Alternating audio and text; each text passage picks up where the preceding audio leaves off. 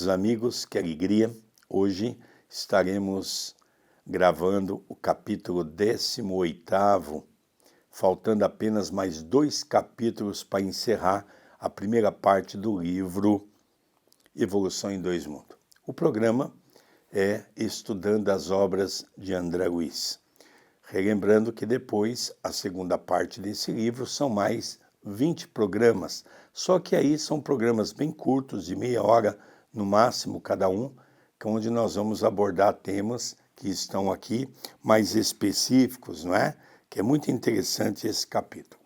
É puramente livro dos espíritos, não é?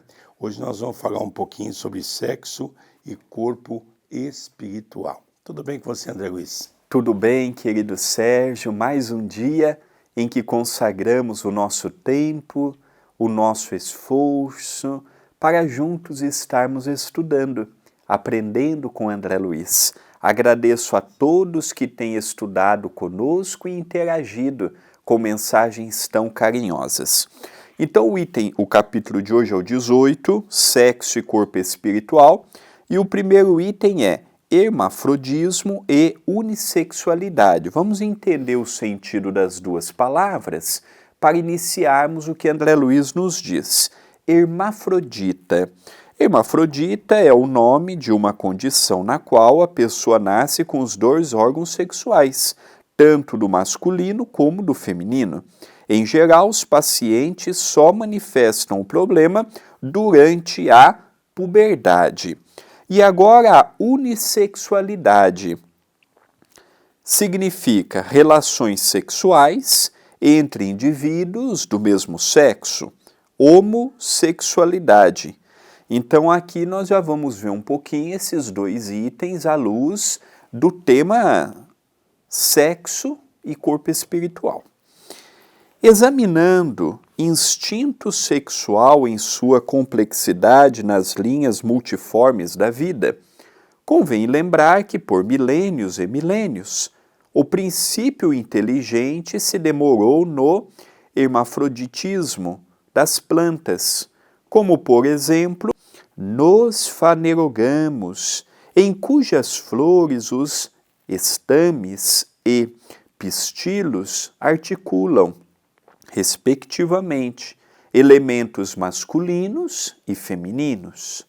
Nas plantas criptogâmicas, celulares e vasculares, ensaiaram largamente a reprodução sexuada na formação de gametos, artesoides e oosfera, que muitos se aproximam aos dos animais, e cuja fecundação se efetua por meios análogos aos que observamos nestes últimos seres.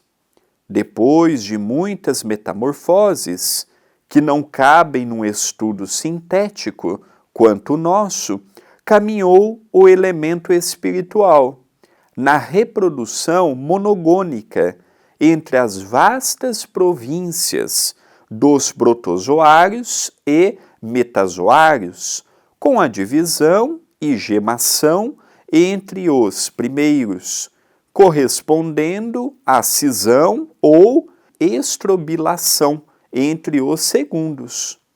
Longo tempo foi gasto na evolução do instinto sexual em vários tipos de animais inferiores, alternando-se-lhe os estágios de hermafrodismo com os de unissexualidade, para que se lhe aperfeiçoassem as características na direção dos vertebrados.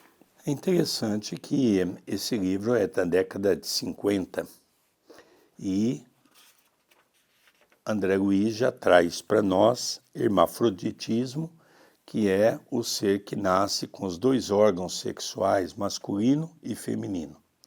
E também ele fala um pouquinho unissexualidade, já fala um pouquinho do sexo entre pessoas do mesmo gênero, não é? Então ele vem trazendo para nós que isso acontece nos reinos vegetal, animal e hominal. mostrando para todos nós, e aí ele coloca em termos científicos, como é que isso se processa. Nós sabemos no campo espiritual que cada um nasce dentro das suas necessidades reencarnatórias para poder colher aquilo que plantou no passado. Geralmente, quando se há abuso no campo sexual, é natural que esse venha com algumas características para a pessoa resgatar o seu passado, né, André Luiz? Sem sombra de dúvida, nós estamos numa grande escola, diante dos nossos comprometimentos do passado, seja a nível sexual, seja a nível intelectual, seja a nível dos tóxicos, do álcool, das drogas, dos desvirtuamentos que ao longo das oportunidades existenciais fomos nos perdendo. Aqui nós estamos vendo que o sexo que hoje conseguimos, de uma certa forma, procurar aos poucos o equilíbrio, apesar de ainda estarmos muito longe de termos o devido equilíbrio em relação ao sexo, o sexo propriamente dito, aqui André Luiz, nesse capítulo, está fazendo uma excursão com a gente. Ele está nos dizendo as primeiras sensações que o sexo teve nascendo no reino vegetal, para depois chegar no reino hominal. Foi toda uma escala, sensações, o prazer, tudo envolvendo o sexo, para que hoje chegássemos na oportunidade da própria procriação, na oportunidade da alegria, quando feito com responsabilidade, com seriedade que o assunto nos convida. Nessa viagem histórica que estamos fazendo com André Luiz, agora nós vamos ver hermafroditismo potencial. Diz André Luiz, gradativamente aparecem novos fatores de diferenciação, guardando-se, no entanto, os distintivos essenciais, como podemos identificar, ainda agora, no sapo macho adulto, um hermafrodita potencial. Apesar dos sinais masculinos com que se apresenta, sabendo-se que carrega na região do seu testículo positivamente acrescido um ovário elementar aderente, o conhecido corpo de Bider. Se extirparmos o testículo, o ovário atrofiado começa a funcionar por atuação da hipófise, conforme experimentos comprovados, convertendo-se num ovário adulto. Ocorrência inversa é verificável em 5 a 10% de galinhas adultas, isto é, nos indivíduos psiquicamente dispostos, das quais se retirarmos o ovário esquerdo, também consideravelmente desenvolvido, o ovário direito, rudimentar, transubstancia-se num testículo que se vitaliza e cresce na sua parte medular, até então inibida pelos estrogênios do ovário esquerdo. Nesse fenômeno, aumenta-se-lhes a crista, cantam tipicamente a maneira do galo e adotam-lhe a conduta sexual masculina. Registramos esses fatos para demonstrar que entre todos os vertebrados, e muito particularmente no homem, herdeiro das mais complicadas experiências psíquicas nos domínios da reencarnação, apenas os caracteres morfológicos dos implementos sexuais estão submetidos aos princípios da genética. Isso porque não é só a figuração das glândulas sexuais que se mostra bipotencial até certo ponto, pois todo o cosmo orgânico é suscetível de reagir aos hormônios do mesmo sexo ou do sexo contrário, segundo as disposições psíquicas da personalidade. Então aqui ele vai buscar no reino animal dois elementos que nós conhecemos, o sapo e a galinha. Então ele vem dizer que o sapo ele é hermafrodita, ou seja, ele tem tanto o órgão masculino quanto o órgão feminino. E ele vem falar também que a galinha, se nós de uma certa forma podarmos um dos ovários da galinha, ela passa a cantar como galo e a ser um macho como galo. É interessante que talvez nós nunca paramos para pensar nessa questão desse estudo que é muito sério. Mas há uma coisa aqui que ele vem falar para nós que é referente aos homens, herdeiro das mais complicadas experiências psíquicas. Ou seja, o homem, quando ele passa por essas experiências, são tudo experiências para que nós possamos crescer no âmbito espiritual proveniente dos abusos que nós cometemos em vidas passadas. Então, é natural nós vermos, por exemplo, uma mulher com o corpo de mulher com o pensamento de homem, ou um homem com o corpo de homem com o pensamento de mulher. Porque dentro da reencarnação, nós sabemos que o espírito não tem sexo. E dentro de um projeto reencarnacionista, a pessoa reencarna de acordo da sua natureza. E às vezes como provas ou como expiações. Então é natural que aquela pessoa que teve um corpo de homem por várias vezes, agora vem num corpo de mulher. E essa condição realmente é uma condição que incomoda muito as pessoas, incomoda muito o eu da criatura. Então nós percebemos que há aqui um choque cultural, espiritual, que a pessoa tem que vencer. Não é fácil, nós sabemos. Eu, num centro espírita, nos atendimentos que nós fazemos de atendimento fraterno, eu já conversei com muitas pessoas e nós percebemos que realmente há um choque de identidade, um conflito consigo mesmo. Então nós temos que trabalhar tudo isso, esses nossos irmãos, para que eles possam se direcionar e encontrar os seus caminhos, não é?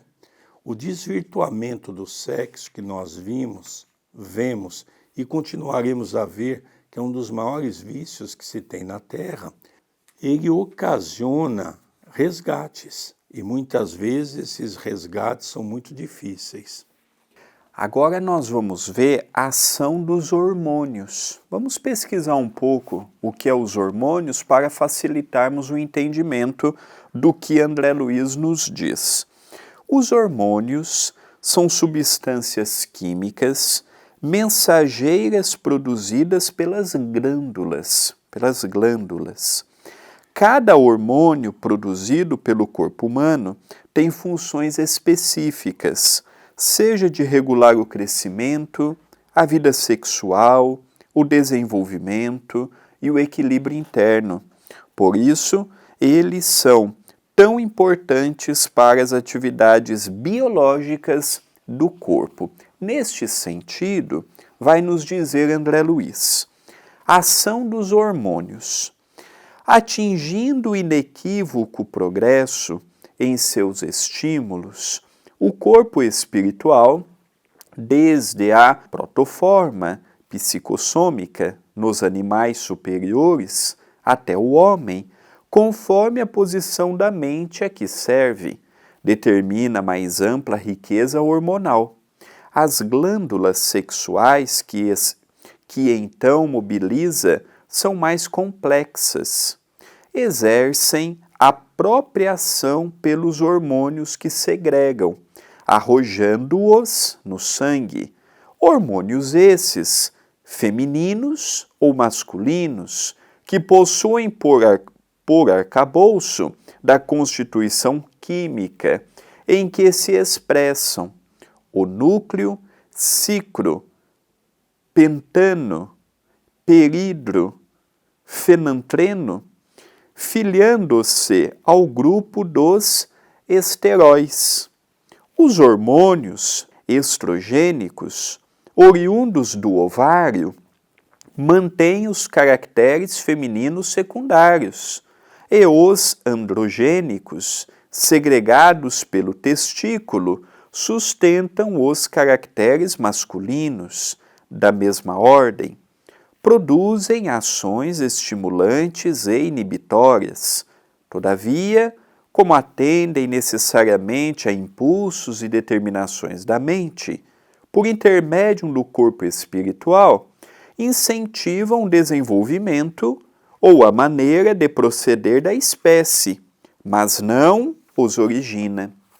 Por isso, nenhum deles possui ação monopolizadora no mundo orgânico, não obstante patentearem essa ou aquela influência de modo mais amplo. Ainda em razão do mesmo princípio que lhes vige na formação, pelo qual obedecem às vibrações incessantes do campo mental. Os hormônios não se armazenam, transformam-se rapidamente ou sofrem apressada expulsão nos movimentos excretórios. Entendendo-se os recursos da reprodução como engrenagens e mecanismos de que o espírito em evolução se vale para a plasmagem das formas físicas, sem que os homens lhe comprovem, de modo absoluto, as qualidades mais íntimas. É fácil reconhecer que as glândulas sexuais e seus hormônios exibem efeitos relativamente específicos. Inegavelmente, o ovário e os hormônios femininos se responsabilizam pelos distintivos sexuais femininos, mas podem desenvolver alguns deles no macho, prevalecendo as mesmas diretrizes para o testículo e os hormônios que lhe correspondem. Isso é claramente demonstrável nos experimentos de castração, enxertos e injeções hormonais, porquanto, apesar de a ação sexual específica do testículo e do ovário apresentar-se como fato indiscutível, a gônada, refletindo os estados da mente, herdeira direta de experiências inumeráveis, eventualmente produz certa quantidade de hormônios heterossexuais. E da mesma sorte, ainda que os hormônios sexuais se afirmem com atividade específica intensa, em determinados acontecimentos realizam essa ou aquela ação em órgãos do sexo oposto. Esses são os efeitos heterossexuais ou bissexuais das glândulas ou dos hormônios. Então agora, o tema que estamos vendo é a ação dos hormônios. Aqui ele já vai sair um pouco do reino animal e já conjugar também com o reino hominal. O primeiro tópico que nós vimos ficou segregado ao reino vegetal. As primeiras experiências, os primeiros prazeres, os primeiros impulsos sexuais que nasceram no reino vegetal. No item passado, antes desse aqui que vimos agora, ele dá o exemplo do sapo e da galinha. O sapo macho. E dá o exemplo da galinha, dizendo que o sapo macho carrega em si o testículo, mas também carrega um ovário que está atrofiado. Se por qualquer motivo aquele testículo tiver qualquer problema, deixar de usá-lo, aquele órgão que estava atrofiado, no caso o ovário, desenvolve. E dá o exemplo da galinha se tiver problema num dos seus dois ovários, podendo se assemelhar ao galo. E agora ele já adentra mostrando que é nesse período que vem essa questão da sexualidade. Da mesma forma que a nossa identidade está sendo forjada, lembremos que tem muitas pessoas que em matéria de sexo não têm o mesmo domínio, o mesmo equilíbrio que os outros. Eu posso ter um entendimento a respeito do sexo, uma outra pessoa pode ter uma outra visão. Não estamos aqui entrando na questão da moralidade, e nem do certo e do errado. Nós estamos entrando na identidade. Para o alcoólatra, beber é normal. Para o drogadita, usar drogas é normal. Para o promíscuo sexual, ter a vida que ele tem é normal. Do ponto de vista da lei divina, não é normal. Mas do ponto de vista do certo e do errado daquele indivíduo, é normal. Lembremos que da mesma forma que nós tivemos na Terra um Chico Xavier, um Gandhi, uma Madre Teresa, uma Irmã Dulce, um Eurípides Barçanufo, um Dr. Bezerra, nós também temos muitos espíritos em estágio primário. E o sexo ainda é, nesses casos, mais voltado para a animalidade do que para a santificação. Então eu não posso cobrar de um espírito que não tem noções ainda de certo e de errado, que em matérias de sexo, por exemplo, ele seja contido. É uma educação que muitos de nós estamos também passando. Alguns já mais dilatado, alguns menos. E aqui ele vai falar dos hormônios, aqui ele vai falar das ações que isso tem, seja no testículo do homem, seja no ovário da mulher, dando esses exemplos nesta viagem evolutiva que estamos fazendo com o livro Evolução em Dois Mundos. É interessante, né, que nós vemos, naquele exemplo que eu dei, que às vezes um homem nasce com o corpo de homem, mas com a mente de mulher, ou vice-versa, nós vemos também que eles têm uma necessidade de usar esses hormônios, que nós vemos aqui, que ele dá o exemplo do sapo, da galinha, quando há um testículo que há uma alteração, ele vira, não é, automaticamente desenvolvendo a sua segunda condição sexual.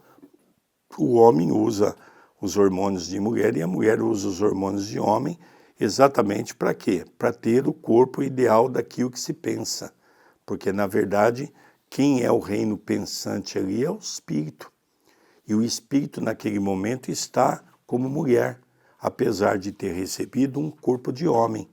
Então, nós percebemos que dentro da natureza, as pessoas vão se adaptando às suas condições, vão se adaptando às suas intenções, não é? Como o André diz, nós não temos aqui em nenhum momento a ideia de fazer uma crítica ou uma censura a quem quer que seja, mesmo porque o Espiritismo é a única religião que explica, dentro da sua forma científica, reencarnatória, por que nós temos hoje essas questões no planeta Terra. Origem do instinto sexual. Todas as nossas referências às semelhantes peças do trabalho biológico nos reinos da natureza objetivam simplesmente demonstrar que, além da trama de recursos somáticos, a alma guarda a sua individualidade sexual intrínseca, a definir-se na feminilidade ou na masculinidade, conforme os característicos acentuadamente passivos ou claramente ativos que lhe sejam próprios. A sede real do sexo não se acha dessa maneira no veículo físico, mas sim na entidade espiritual, em sua estrutura complexa. E o instinto sexual, por isso mesmo, traduzindo amor em expansão no tempo, vem das profundezas, para nós, ainda inabordáveis, da vida, quando agrupamentos de mônadas celestes se reuniram magneticamente umas às outras para a obra multimilenária da evolução, ao modo de núcleos e elétrons na tessitura dos átomos ou dos sóis e dos mundos nos sistemas macrocósmicos da imensidade.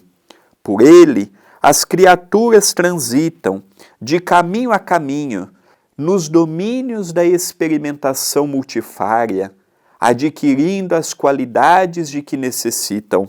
Com ele, vestem-se da forma física em condições anômalas, atendendo às sentenças regeneradoras na lei de causa e efeito, ou cumprindo instruções especiais com fins de trabalho justo. O sexo é, portanto, mental em seus impulsos e manifestações, transcendendo quaisquer impositivos da forma em que se exprime.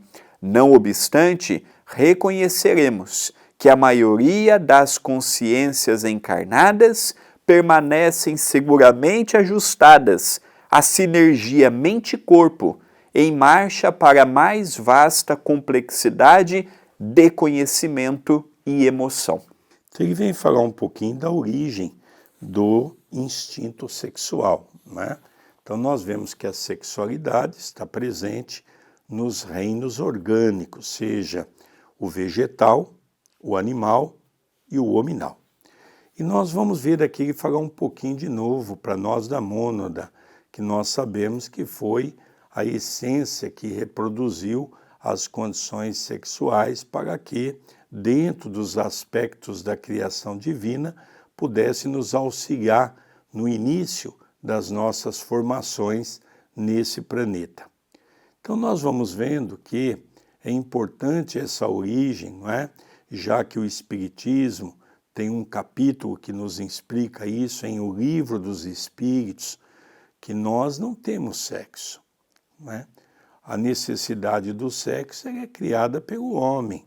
Dentro da primitividade, o sexo tem um papel fundamental de desregramento. Nós vemos até hoje, por exemplo, determinados países onde as pessoas estrupam as mulheres na rua. E é cultura.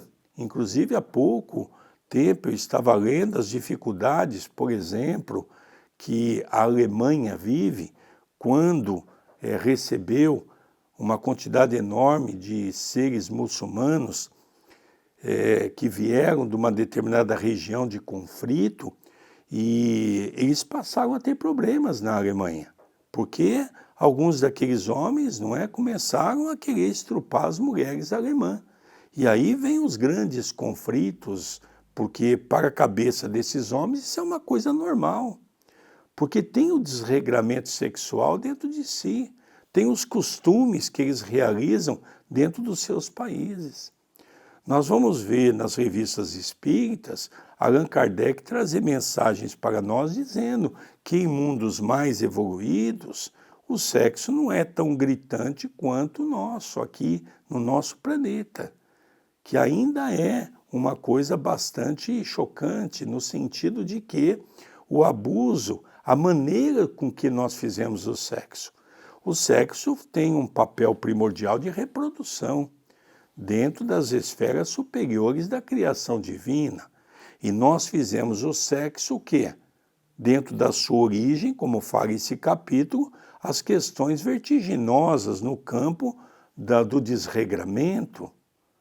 Nós tivemos aqui no Brasil, na década de 60, quando nós tivemos aquele movimento que era o amor livre, não é? Que era o sexo, a droga, rock and roll. Esse era o lema. Eu sou dessa geração, eu nasci em 62, e realmente era algo que o amor livre, na verdade, é a sexualidade desregrada, acompanhada dos vícios, que é o alcoolismo e as drogas. Então nós vemos que isso foi campeando e foi aumentando de tal maneira que nós vemos hoje o verdadeiro falecimento do lar, não é? O lar se encontra em falência. Por quê? Porque, lógico, a sexualidade desregrada encanta as pessoas. Para que eu vou ter uma companheira? Para que eu vou ter um companheiro passando pelas lutas diárias se eu posso ter hoje uma companheira, amanhã tem outra companheira, a semana que vem saio com outra pessoa? Virou moda, as pessoas querem esse tipo de vida. E só que as pessoas não se apercebem que isso é um desregramento sexual. E isso tem um custo, e não é um custo barato. geralmente acompanhado de muitas atrocidades, como, por exemplo, o número de aborto crescendo cada dia, onde nós criminalizamos essa condição do aborto, porque o aborto é um crime. Essa história de que algumas pessoas irracionais, para mim isso é um irracional, dizendo que com 22 semanas, ali ainda não está o espírito vivendo, é mentira. No momento da concepção, nos explica o Espiritismo, no Livro dos Espíritos. No momento da concepção, é ali que, efetivamente, aquele ser já está ligado à sua mãe. Então, quando se faz um aborto, é um homicídio, lógico que é. Nós não vamos aqui tampar o sol com a peneira. Cada um vai responder pelos seus atos. Mas a sexualidade, do jeito que está, leva os jovens a esses prazeres infantis que, logicamente, depois tem que fazer as corrigendas. E muitas das corrigendas é cometendo o homicídio, é fazendo o aborto. Né, André Luiz? Dando continuidade, evolução do amor.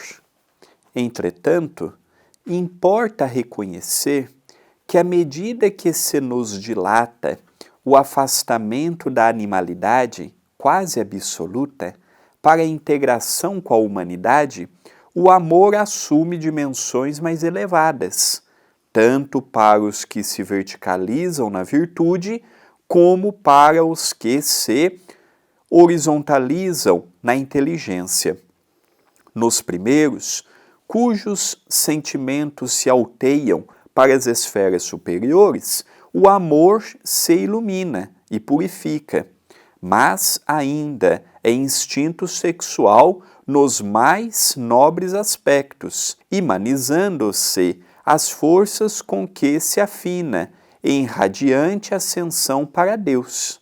Nos segundos, cujas emoções se complicam, o amor se requinta, transubstanciando-se o instinto sexual, em constante exigência de satisfação e moderada do eu.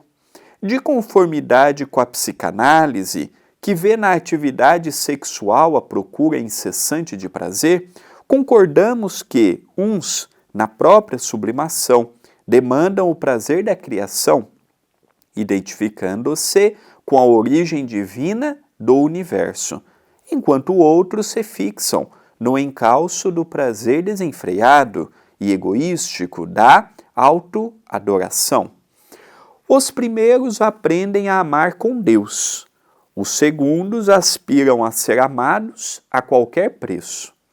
A energia natural do sexo, inerente à própria vida em si, gera cargas magnéticas em todos os seres, pela função criadora de que se reveste, cargas que se caracterizam com potenciais nítidos de atração no sistema psíquico de cada um e que, acumulando-se, invadem todos os campos sensíveis da alma, como que se lhe obliterar os mecanismos outros de ação, qual se estivéssemos diante de usina reclamando controle adequado, ao nível dos brutos ou daqueles que lhes renteiam a condição. A descarga de semelhantes energias se efetua indiscriminadamente, através de contatos quase sempre desregrados e infelizes, que lhes carreiam, em consequência, a exaustão e o sofrimento como processos educativos. Então aqui nós vemos que André Luiz avança um pouco. A cada item ele vai mostrando os caminhos dentro do nosso progresso. E agora ele vai falar um pouco da evolução do amor. Então, retomando aquela ideia de que no primitivismo nós temos o desregramento sexual, porque é um vício, aquilo vai caminhando, até que com o tempo nós vamos entendendo que os órgãos sexuais, a parte genésica, ela tem uma função esplendorosa no campo divino, que ela é exatamente a oportunidade de nós darmos àquelas criaturas que estão no mundo espiritual uma oportunidade de vida. E aí começa então a olhar os órgãos sexuais como algo sagrado, que deve ser respeitado.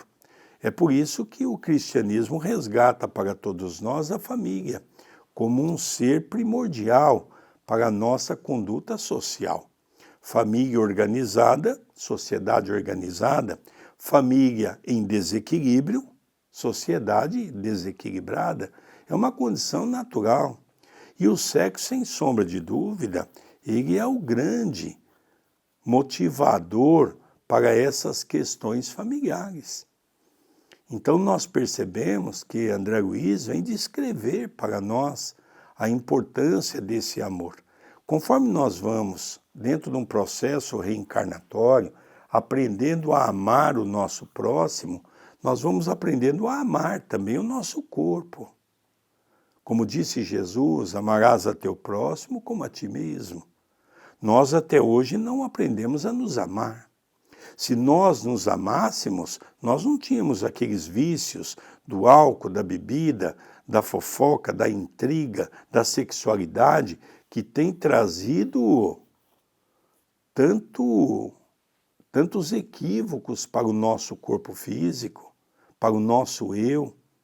Então, conforme nós vamos entendendo o amor, como Jesus nos ensinou, nós vamos nos libertando, diz aqui André Luiz, para podermos de maneira sagrada compreender o nosso corpo e entender quais são as funções inerentes a essa máquina.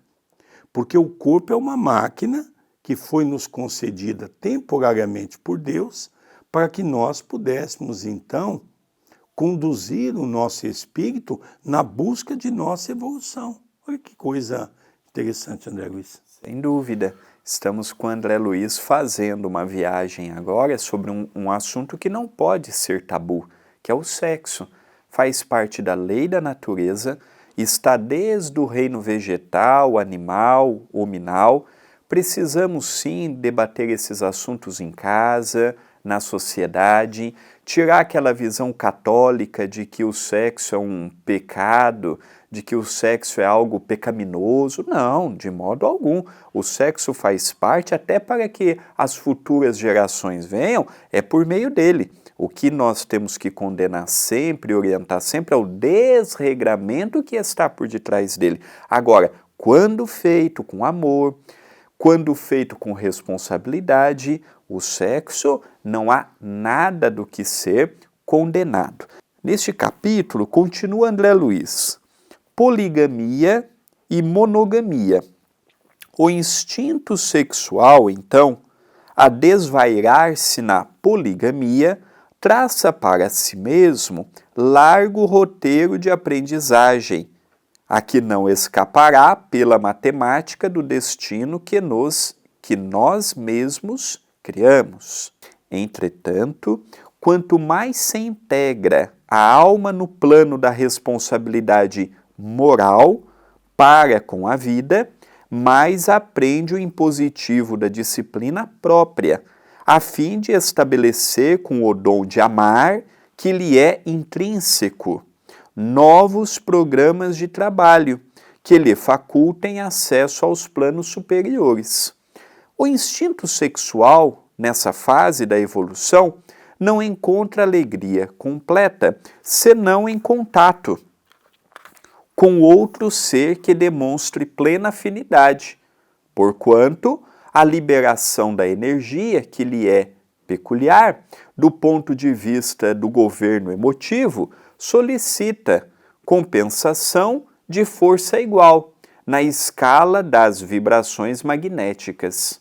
Em semelhante eminência, a monogamia é o clima espontâneo do ser humano, de vez que, dentro dela, realiza naturalmente com a alma eleita de suas aspirações a união ideal do raciocínio e do sentimento, com a perfeita associação dos recursos ativos e passivos na constituição do binário de forças, capazes de criar não apenas formas físicas para a encarnação de outras almas na Terra, mas também as grandes obras do coração e da inteligência, suscitando a extensão da beleza e do amor, da sabedoria e da glória espiritual, que vertem constantes da criação divina.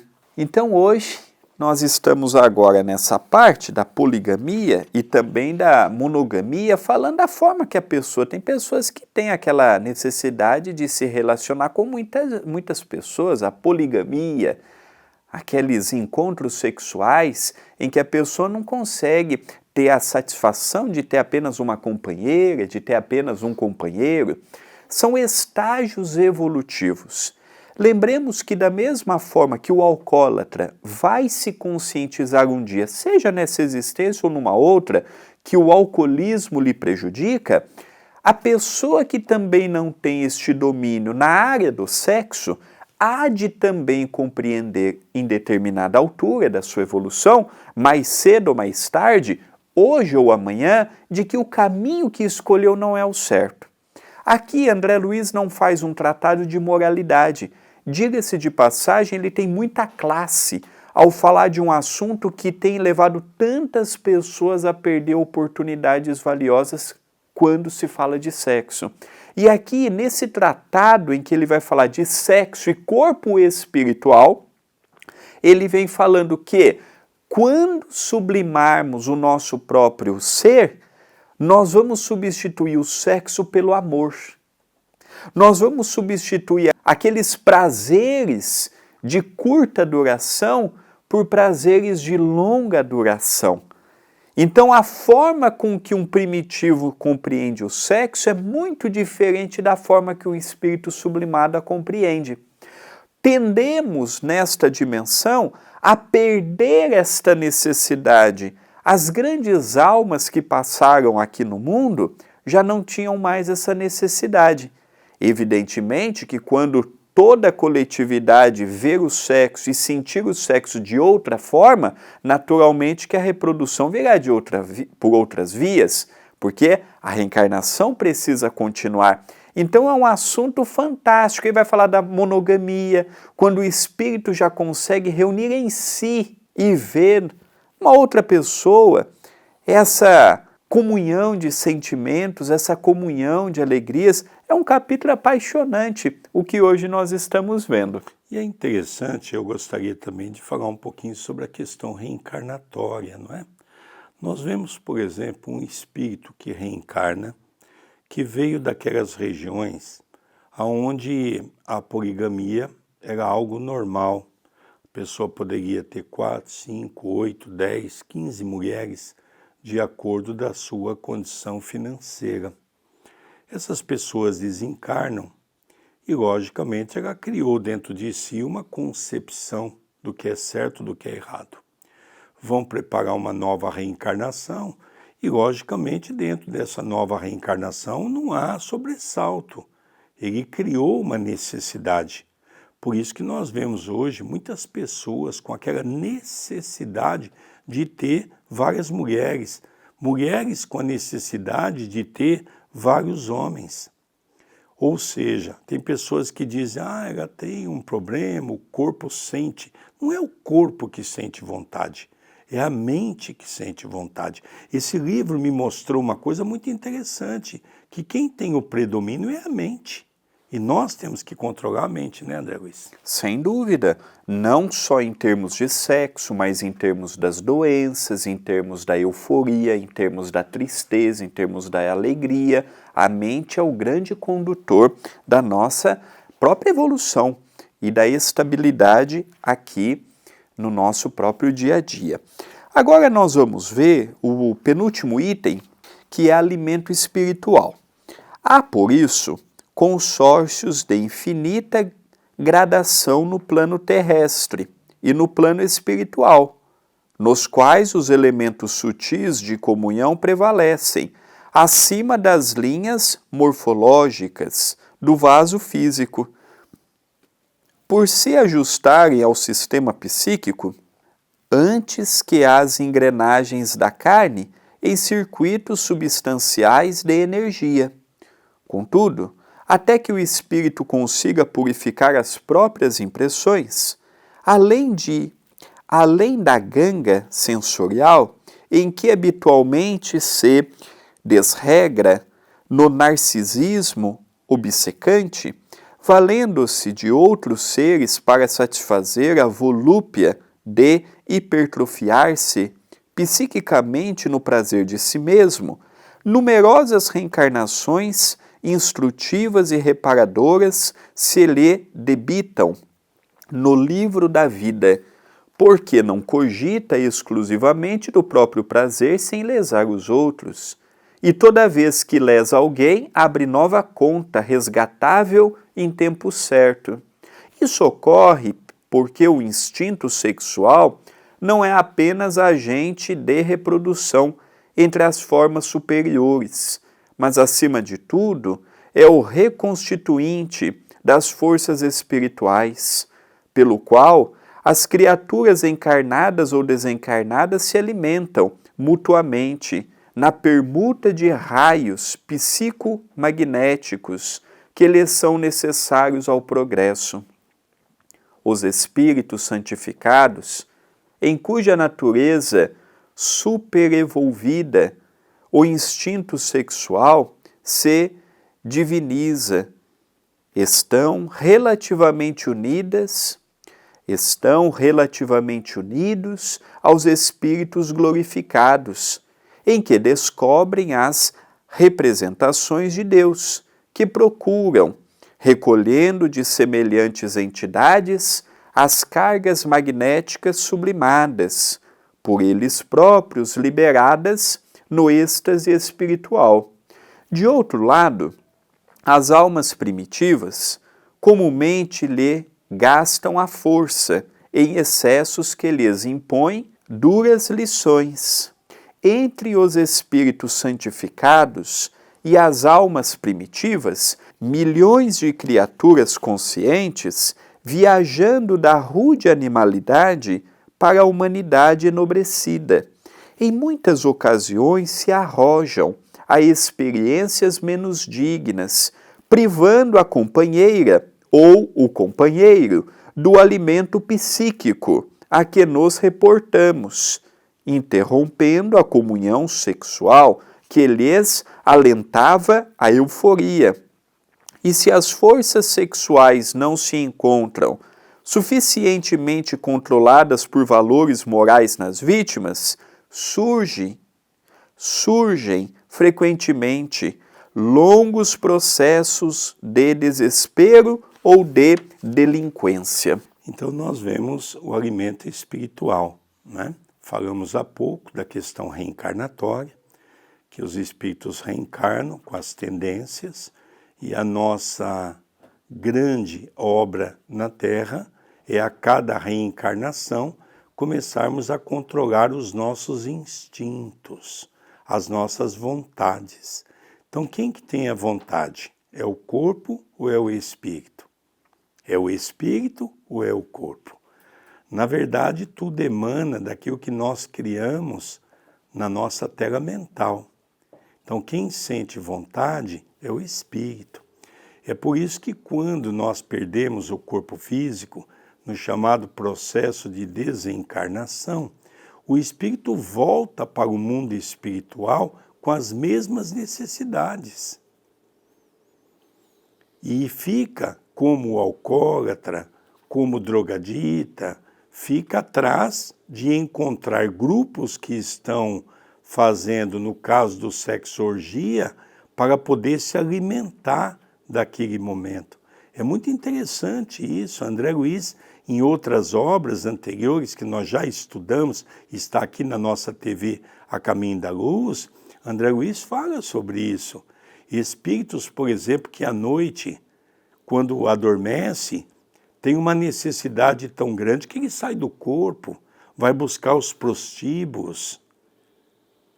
Outro dia eu conversei com um jovem que ele está em recuperação e está fazendo um tratamento no centro de drogas, e ele falou para mim assim: olha, Sérgio, eu tive uma noção que essa noite eu usei, porque eu acordei de manhã com aqueles mesmos aspectos na minha boca de quem tivesse usado droga.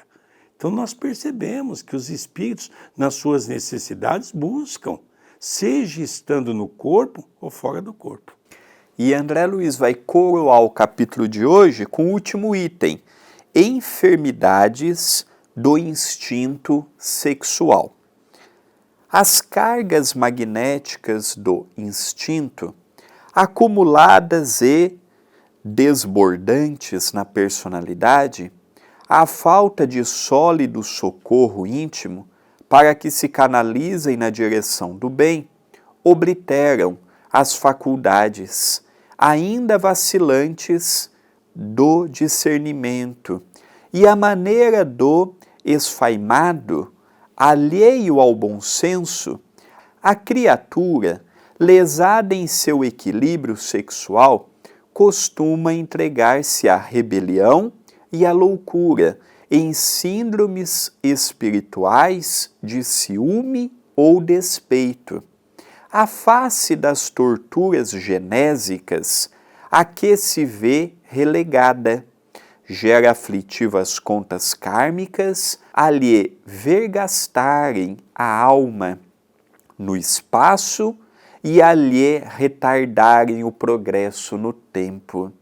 Daí nascem as psiconeuroses, os colapsos nervosos decorrentes do trauma nas sinergias do corpo espiritual, as fobias numerosas, a histeria de conversão, a histeria de angústia, os desvios da libido, a neurose obsessiva, as psicoses e as fixações mentais diversas que originam na ciência de hoje as indagações e os conceitos da psicologia de profundidade na esfera da psicanálise, que identifica as enfermidades ou desajustes do instinto sexual sem oferecer-lhes medicação adequada, porque apenas o conhecimento superior, gravado na própria alma,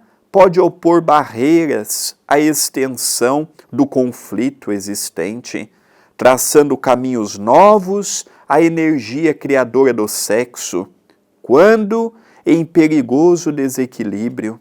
Desse modo, por semelhantes rupturas dos sistemas psicossomáticos, harmonizados em permutas de cargas magnéticas afins, no terreno da sexualidade física ou exclusivamente psíquica, é que múltiplos sofrimentos são contraídos por nós todos, no decurso dos séculos, porquanto, se forjarmos inquietações e problemas nos outros, com o instinto sexual, é justo, venhamos a solucioná-los em ocasião adequada, recebendo por filhos e associados de destino, entre as fronteiras domésticas, todos aqueles que constituímos, credores do nosso amor e da nossa renúncia, atravessando muitas vezes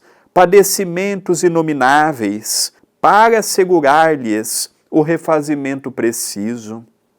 Compreendamos, pois, que o sexo reside na mente, a expressar-se no corpo espiritual e, consequentemente, no corpo físico, por santuário criativo de nosso amor perante a vida.